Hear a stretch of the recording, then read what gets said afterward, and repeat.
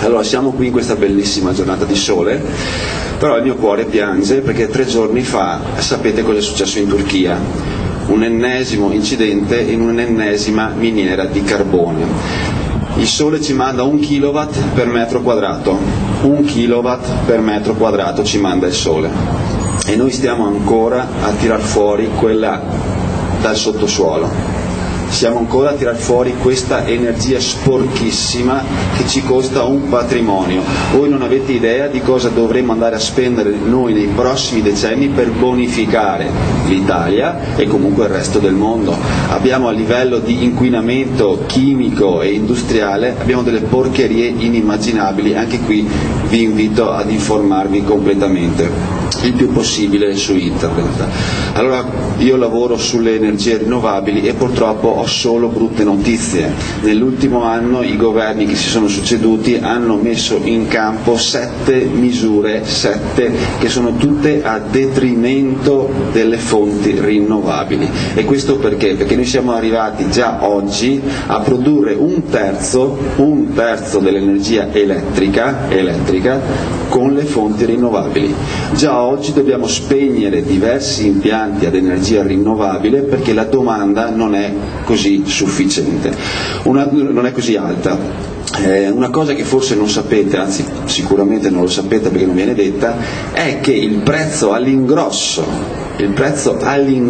dell'energia elettrica è calato del 40%, non del 4%. È calato del 40% il prezzo all'ingrosso.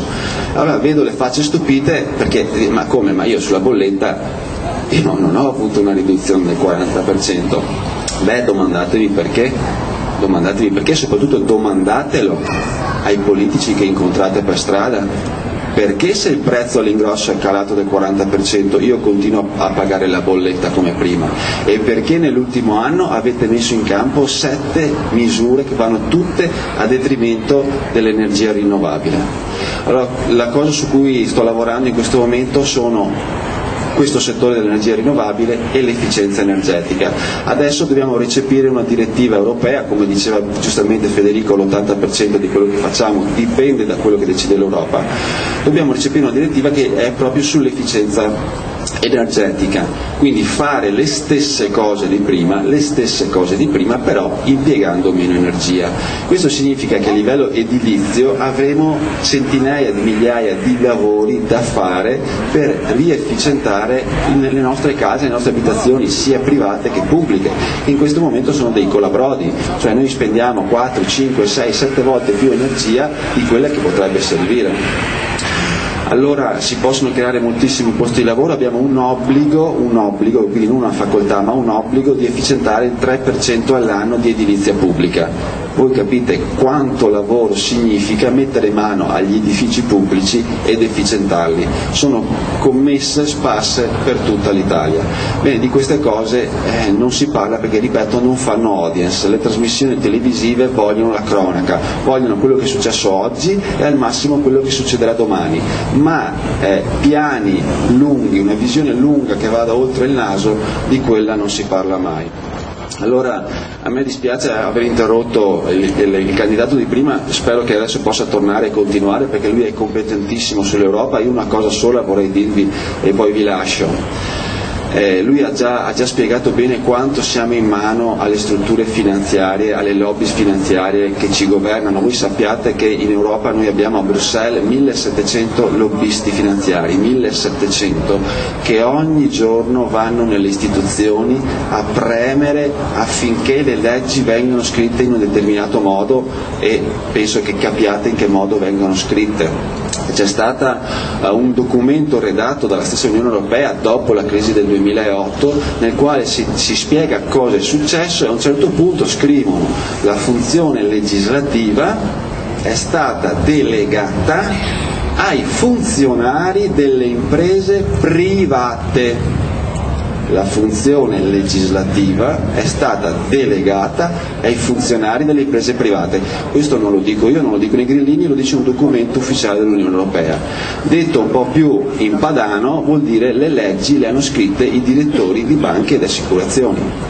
funzionari privati vuol dire direttori di banche e assicurazioni. Adesso capite perché abbiamo firmato il MES, il 2-Pax, il 6-Pax, il Fiscal Compact, eccetera, perché sono loro nei fatti che ci governano. Forse voi non sapete che la bolla che è esplosa nel 2008 era grande la metà della bolla che esiste adesso, perché noi non abbiamo imparato assolutamente nulla da quello che è successo nel 2008, non è cambiato assolutamente nulla. Gli abbiamo rifinanziato tutte le banche, gli abbiamo versato 5.000 miliardi di euro nel capitale sociale e non abbiamo preteso la minima modifica alle regole e alle leggi.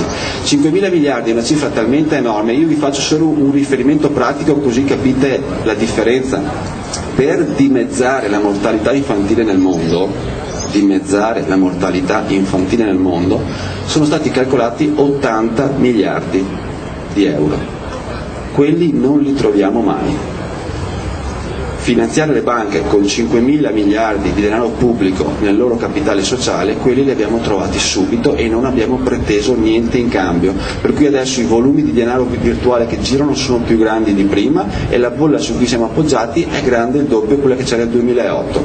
Forse voi non sapete che nella borsa di Wall Street americana i 2/3 delle operazioni che vengono effettuate in totale autonomia dai computer, dai software. Non hanno nulla a che vedere con il mondo reale, nulla, sono solo scommesse, sono solo speculazioni. I 2/3 vengono fatti esclusivamente dai computer e il 95% delle operazioni finanziarie sono comunque speculative. Voi potete firmare un contratto che vi dà accesso ai dati economici mondiali che vengono pubblicati periodicamente. Voi potete firmare un contratto molto oneroso che vi dà accesso a questi dati 2 secondi prima della pubblicazione ufficiale. 2 secondi che fanno una differenza enorme, perché oggi per fare una transazione per via elettronica ci vogliono 0,2 non secondi ma 0,2 millisecondi. Ora, tutto questo per spiegarvi che siamo in mano alle lobby finanziarie. Siamo in mano a loro, sono loro che nella realtà ci governano, quindi noi vogliamo andare in Europa per dargli uno stop. Guardate che nel 2010 100 europarlamentari, quindi non grillini, hanno scritto una lettera aperta alla Commissione dicendo per cortesia istituite una controlobby, perché noi ci rendiamo conto di quanto potente è la lobby finanziaria. Quindi in Europa noi vogliamo andarci sapendo molto bene quello che sta succedendo e volendo fermarli in questo senso. Grazie. Grazie mille Gianni, grazie mille. Ascolta, adesso c'è Giorgio Burlini anche lui è candidato a europarlamentare, lascio la parola a Giorgio che dirà anche lui il suo curriculum vita e il suo senso d'Europa. Grazie. Grazie Federico, grazie a tutti. Allora, mi presento, sono Giorgio Burlini, ho 45 anni. Dopo la laurea in economia nel 1997 sono andato a Londra, mi sono specializzato in tecnologia e marketing e ho lavorato lì per 13 anni. Poco prima di venire via ho anche fondato una start-up sotto forma di limited company, una SRL, quello che voi chiamate una SRL. Qualcuno mi sa dire quanto mi è costato fondare una SRL in Inghilterra? Si accettano scommesse? Più o meno di 100 euro? Meno di 100 euro. Signore ha ragione. Chi dice la cifra esatta? 30 euro. 30 euro 2 giorni una SRL. Quando sono andato dal notaio per l'autentica della firma negli uffici a Piccadilly, bellissimo posto, mi ha chiesto 5 sterline. 5 sterline per un'autentica. Vabbè, questo vi dà un po' l'idea della differenza che c'è tra paesi interni all'Europa e quanto dobbiamo lavorare noi per facilitare le nostre imprese. Ovviamente i soldi che io ho risparmiato li ho investiti nel lavoro della mia impresa, non in qualche tassa, eccetera, eccetera, eccetera. Ritorno in Italia a Padova nel 2010, conosco lì David Borrelli, che allora era candidato per le regionali del Movimento 5 Stelle, e comincio a fare attività con il movimento. L'anno scorso sono diventato collaboratore parlamentare al Senato per il Movimento 5 Stelle e mi sono prevalentemente occupato dell'area bilancio. Il primo documento che noi abbiamo analizzato è stato il famoso documento di economia e finanza, il DEF, quel librone grande di cui tutti parlano. In pratica ogni anno ad aprile il governo scrive questo librone e su questo libro ci sono tutte vite, morte e miracoli di quello che dovrebbe succedere in Italia. Ora bene, il DEF esce ad aprile, il 18 di aprile, e scrive che l'Italia avrà una crescita dello 0,8% del PIL. Ottimo. Un mese dopo, circa, 2 giorni fa, forse avrete notato che sul giornale ha detto attenzione, la crescita è del meno 0,1%, cioè un mese dopo l'uscita ufficiale del governo siamo già sotto acqua. Perché questo è grave? Perché tutto quello che dice Renzi e il governo si basa su quelle previsioni lì, e se quelle previsioni lì non si attuano il palco casca, perché ovviamente ci si aspetta una certa crescita, un certo gettito fiscale, una certa esportazione, e così si prendono i soldi e così si fanno le cose. Bene, ora Renzi esce e dice no, non preoccupatevi, io non farò nessuna manovra correttiva, nessuna. In realtà vi sta dicendo una mezza verità e vi spiego perché. Perché per il pareggio di bilancio che ha spiegato bene il mio collega prima, dentro ad ogni legge adesso, ad ogni legge, soprattutto le leggi di stabilità, c'è una clausola che si chiama clausola di salvaguardia. Che cosa significa? Significa che se per caso non succede quello che dicono loro, automaticamente cominciano a tagliare e a tassare, cominciano a togliere i soldi alle regioni, togliere i soldi ai comuni, cominciano ad alzare le tasse. E quindi quando lui dice non ci sarà una manovra, non ti dice una bugia, nel senso che la manovra è automatica, lui non deve neanche alzare la penna, la manovra è automatica e quindi, visto che le previsioni sono sbagliate, le manovre saranno automatiche. Ma come siamo finiti noi in tutto questo? Ve lo siete mai chiesti? Cioè, perché ci sono queste manovre? Perché ci sono questi vincoli? Da cosa nasce? Allora noi decidiamo di mettere assieme in comune una moneta che si chiama euro. Per far stare in piedi questa moneta noi abbiamo bisogno di alcuni vincoli. Perché abbiamo bisogno dei vincoli? Perché si dice, guardate, l'euro sta in piedi solo se tutti rispettano questi vincoli. Ok? Ci siamo? Se tutti rispettano i vincoli l'euro sta in piedi. Bene, allora voi mi direte, noi quando siamo entrati eravamo a posto, no? Cioè rispettavamo i vincoli, quindi potevamo entrare.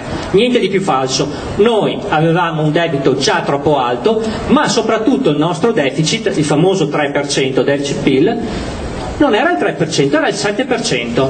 Era l'anno 1996, anno cruciale, poco prima che arrivasse l'euro. Che cosa succede? Ce lo dice il Financial Times l'anno scorso, dice guardate ragazzi, che per abbassare questo tetto dal 7% al 3%, Draghi ha fatto un trucco contabile, allora era responsabile Draghi.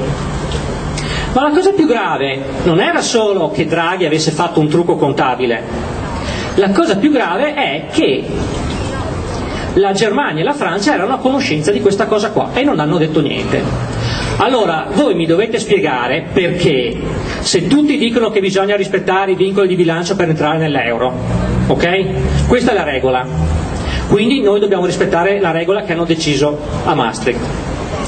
Poi arriviamo noi, facciamo un trucchetto, gli altri lo sanno, non dicono niente e ci fanno entrare.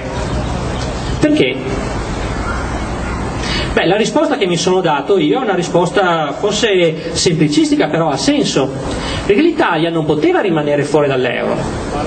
L'Italia non poteva rimanere fuori dall'euro perché l'Italia è il secondo paese manifatturiero d'Europa, dopo la Germania, e ha prodotti che sono in competizione diretta con Germania e Francia. Quindi, se l'Italia fosse rimasta fuori dall'euro, avrebbe avuto una moneta più debole e sarebbe entrata in competizione diretta con i prodotti francesi e tedeschi, e questo non era politicamente accettabile.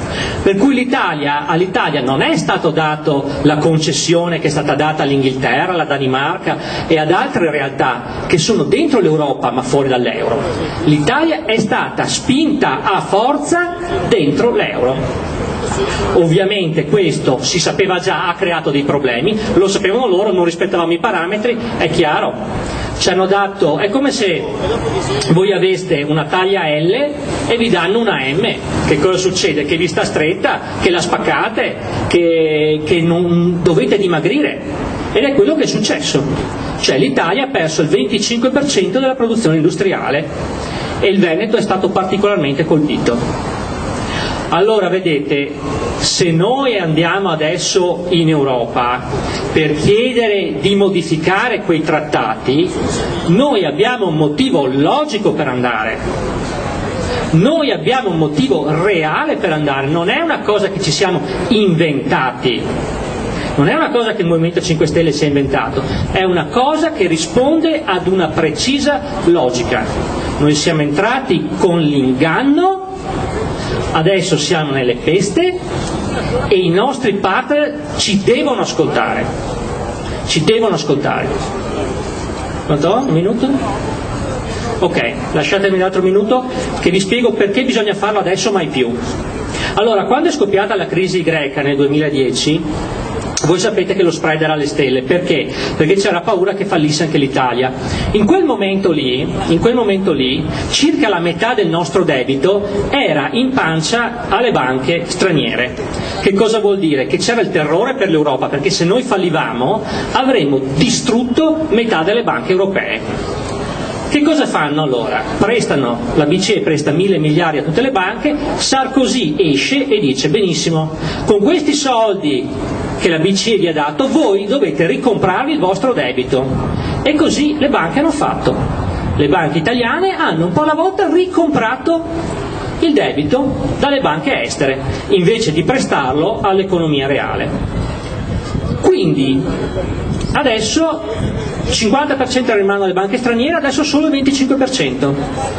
Voi capite quindi che se questo trend continua, cioè se questa tendenza continua, tra un po' tutto il debito italiano sarà in mano agli italiani. Quindi vuol dire che noi non potremo più andare a battere i pugni sul tavolo, perché una volta che tutto il debito è in mano nostra, noi possiamo fare anche quello che vogliamo, non gli interesserà più niente di noi. Quindi questa è l'ultima possibilità che abbiamo, visto che sono le ultime elezioni e le prossime saranno nel 2019, questa è l'ultima possibilità che abbiamo per andare lì, per avere questa leva e per convincerli che o fanno come diciamo noi, o se noi usciamo gli apriamo così, le parole le dice solo Beppe. Ecco, vi ringrazio di essere stati così attenti, di avermi ascoltato. Io sono Giorgio Burlini e rilascio il microfono a Federico D'Inca. Grazie ancora. Grazie mille Giorgio. Volevo chiudere così: noi siamo quelli spesso identificati come il no, invece noi siamo spesso quelli delle proposte concrete. Noi abbiamo fatto una proposta di legge che la Ragioneria dello Stato ha confermato con le coperture reali e vere per l'abolizione dell'IRAP alle piccole e medie imprese, quelle sotto ai 10 dipendenti. Non hanno voluto calendarizzarla all'interno delle aule parlamentari. Noi siamo quelli che hanno voluto mettere la possibilità della compensazione tra le cartelle esattoriali, quindi tra i crediti nei confronti della pubblica amministrazione e i debiti che la pubblica amministrazione ha nei confronti delle imprese. Abbiamo messo questa possibilità di poter compensare, prima non c'era. Noi siamo quelli che hanno detto: se un'azienda prende dei fondi pubblici per poter fare un'attività nel nostro paese, e se prima del termine di 5 anni se ne vuole andare all'estero e semplicemente voleva soltanto speculare su questi fondi pubblici, va bene, li deve restituire. Noi siamo queste persone qui, che sono fatti concreti. Noi siamo quelli che hanno preso in un decreto legge 1000 proroghe famoso, sono spuntati un particolare. Dal 1980 pagavamo, quindi sono 34 anni, pagavamo il commissario straordinario del terremoto dell'Irpinia. Da quest'anno non c'è più, il Movimento 5 Stelle l'ha fatto togliere e erano 100.000 euro, però era un segnale forte su un territorio, era il segnale che è finita, non ci possono rubare continuamente i soldi dalle tasche. Questo è il Movimento 5 Stelle. Poi in televisione vi farà vedere che Beppe che magari urla da una piazza e non vi fanno vedere quando abbraccia delle persone, perché l'importante è farvi vedere magari persone urlanti, persone con, non so, con 2 teste, 4 gambe, siamo persone normali, non è nemmeno facile venire a parlare in una piazza con di fronte tante persone, ma noi ce la mettiamo tutte perché crediamo, come i ragazzi, come il gruppo di Castelfranco che sta lavorando con questi banchetti, con questa preparazione. Ieri sera mi hanno detto che stavano preparando a casa questo piccolo palco dove poter parlare. Questo è la bellezza del movimento, dove non ci sono i soldi ma c'è soltanto la volontà di poter portare il bene per questo paese. Allora io mi domando che cosa vogliamo il 26 maggio. Il 26 maggio è il giorno dopo le elezioni. Io lo sogno così e lo voglio così. Io voglio campane a festa, prima a mezzogiorno hanno suonato ed è piacevole sentirle perché ricordano la domenica, ricordano la nonna, forse a me ricordano queste cose qui, ricordano la polenta. Pensa a te cosa mi ricorda a me le campane a festa. Hanno questa passione, questa sensibilità. Io le voglio il 26 maggio, è un lunedì, non sarà domenica, sarà una festa perché avremo vinto le elezioni europee del 2014. Per me è possibile, per me è straordinariamente possibile, io ne sono assolutamente convinto. E vado in giro per le piazze, ve lo spiego, ve lo urlo, ve lo grido, va bene, a chiunque persona passi, e ne sono così convinto, va bene, che potrei firmarvelo adesso. Il fatto fondamentale è che io faccio la mia parte, io probabilmente vi posso convincere te oggi, ma non con il mio esempio concreto.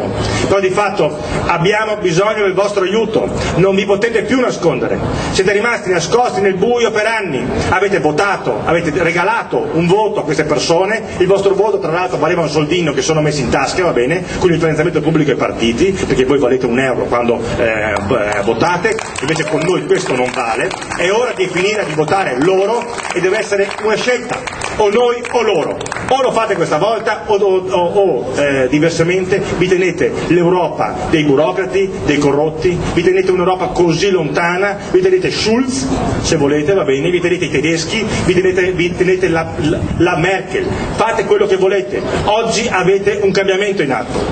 Allora, per poter fare questo, se dentro di voi è scattata una molla, una volontà in più, la possibilità di cambiare questo paese, quella molla è: avete un vicino di casa, avete delle persone che in questo momento sono in quella casa che ci ascoltano nascosti dietro ad una finestra.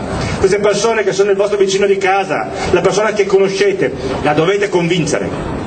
Non può votare a scheda bianca stavolta, non può dire che il 25 maggio è una bella giornata quindi me ne vado in giro e non vado a mettere il voto. È fondamentale. Non vi saranno altre volte in cui potremo finalmente dargli un calcio in culo, ve lo dico in maniera serena. Sto anch'io sereno in questo momento, sono anch'io sereno, non come Enrico Letta, ma come Federico D'Inca, con la volontà di poter veramente per una volta avere la possibilità di cambiare questo paese. Per poterlo fare questo dovete convincere a mettere una X su quel simbolo, ci vuole una X su quel simbolo, ci vogliono delle preferenze, sono 3 preferenze questa volta, le preferenze sono da mettere, ci sono 2 uomini, va bene, o una donna, o 2 donne e un uomo, leggetevi bene quando vi presenteranno un documento nella quale la possibilità di firmare, in quel giornale che vedete lì, la newsletter del movimento, c'è l'indicazione di come si vota, non sbagliate, è fondamentale questo voto. Allora io in tutto questo tempo, in questo mio girare, io sono sicuro che vinciamo noi, e sapete perfettamente che il vinciamo noi è un qualcosa che diciamo in ogni piazza, però non è abbastanza, e la parola chiave in questo momento è l'aiutiamoci, aiutiamoci a uscire dal buio, a uscire dalla crisi, aiutiamoci a tornare comunità, questo è aiutiamoci. Allora io non ho altre parole, io voglio chiudere con questa parola, che è la mia parola che sento, la parola che voglio condividere con voi, la parola è aiutiamoci, vi prego, aiutiamoci. Grazie.